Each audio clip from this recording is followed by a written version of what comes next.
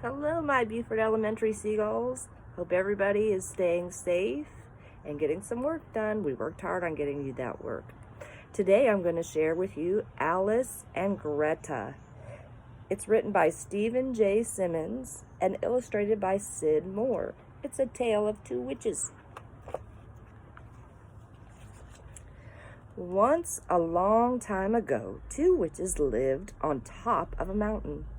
Although they both looked out at the same view, they saw things much differently. Alice's outlook, like her clothes, were always rosy. Greta, on the other hand, was always on the lookout for trouble. She dressed in poison green, a color she liked to think was as putrid as her personality. Oh, how different Alice and Greta were. Alice and Greta had known each other ever since they were little witches at Miss Mildew's School of Magic. There they had learned the same spells, the same curses, the same chants, and the same brews. They just used their magic differently. Whereas Alice's spells were simply enchanting. Greta's were deviously diabolical. Greta never did her homework and often didn't listen in class. She was misbehaving as usual the day the class learned the most important lesson of all. Here's the most important lesson. It says, the boomerang principle. Whatever you chant, whatever you brew, sooner or later comes back to you. Sounds a little like karma, doesn't it? Here's a picture of her. Time passed, and before long it was graduation day. Alice and Greta flew off into the world to weave their spells and work their witchery. One day, Alice was flying high above the seashore when she spotted a sailboat stranded on a sandbar. She waved her wand in circles high above her head and whispered, "Come now, moon, and turn the tide. Take this family for a ride." A huge wave rushed towards the boat and lifted safely off the sandbar. The family waved their thanks.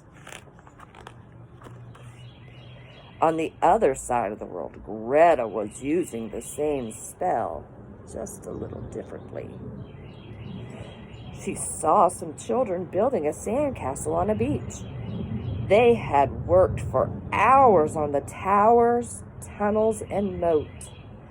Just as they finished, Greta waved her wand in the air, circles high above her head, and whispered, "Come now, moon, and turn the tide. Take this castle for a ride." An enormous wave crashed high on the beach, sweeping the castle into the sea. "Ah!" Greta cackled. Then she disappeared into a cloud as the children ran crying to their mothers. Meanwhile, Alice had come upon a small boy in a field calling for his lost puppy. Alice knew what to do. She waved her wand and chanted, "Alakazam, Alakazir, puppy dog, reappear." A sheepdog bounded out of the woods and into the grateful boy's arms. Alice smiled and was on her way. At that moment, Greta was busy being a bad sport. She had passed a school soccer team playing for the league championship. As one girl was about to kick a goal, Greta waved her wand and chanted, "Alakazam, alakazia, soccer balls disappear." Not only the girls' ball, but every ball on the field disappeared. The puzzled players searched until dark, but they couldn't find a single ball to finish the game. Everyone went home, perplexed and disappointed. Greta snickered and flew home to her cave, delighted with her dirty work. The next day, Greta was sipping her morning cup of pond slime. She was bored. It was time to stir up trouble. But where? She tossed a few things into the cauldron. When the smoke cleared, she peered into the brew and muttered, "Time to brew, time to bubble, time to stir up nasty trouble." In the boiling potion, she saw a school playground and children happily playing. Greta jumped on her broom and flew off in search of the school. Within minutes, she arrived at the same scene that had appeared in her cauldron. Rubbing her hands with delight, Greta said, "The children are so sweet, but I can make them even sweeter." She waved her wand at the fluffy clouds overhead and cackled, "Icky, yicky, gloppy, goop. Clouds spill down my sticky soup."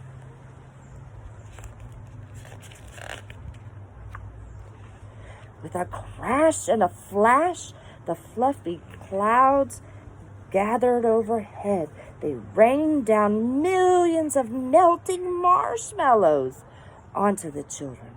At first, the children were delighted, but as soon as they realized they were stuck in the gooey, sticky marshmallow mess, they called for help. Greta just laughed and laughed. Alice heard their cries and appeared from behind a cloud. But before she could lift a wand to help, Greta spotted her. "Oh, no, you don't," she yelled, and pointed her wand at Alice. "Icky, sticky, gloppy, glue, another sweetie for the stew." A million more marshmallows fell on Alice. Before she knew it, she and her broomstick were pulled to the ground and stuck fast in an icky, sticky mess. She was helpless, unable to lift her magic wand. What'd you do? Alice struggled, desperate to think of what to do. Then she remembered something she had learned in school. She looked hard at Greta and said these words, "Whatever you chant, whatever you brew, sooner or later comes back to you." Nothing happened. So Alice added a little spell of her own.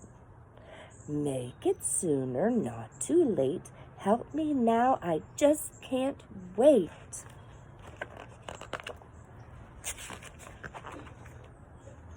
With that, the marshmallows lifted off Alice and the children and landed thwop on top of Greta.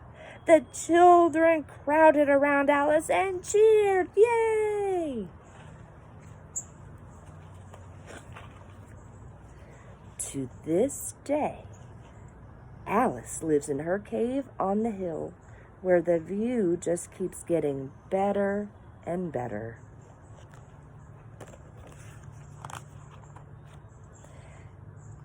And for now, Greta is stuck learning something she should have learned a long time ago. I think she learned that she needs to be nice to others, so nice things will happen to her. I hope you're all learning something and reading a good book every day. We miss you and hope to see you soon. Bye.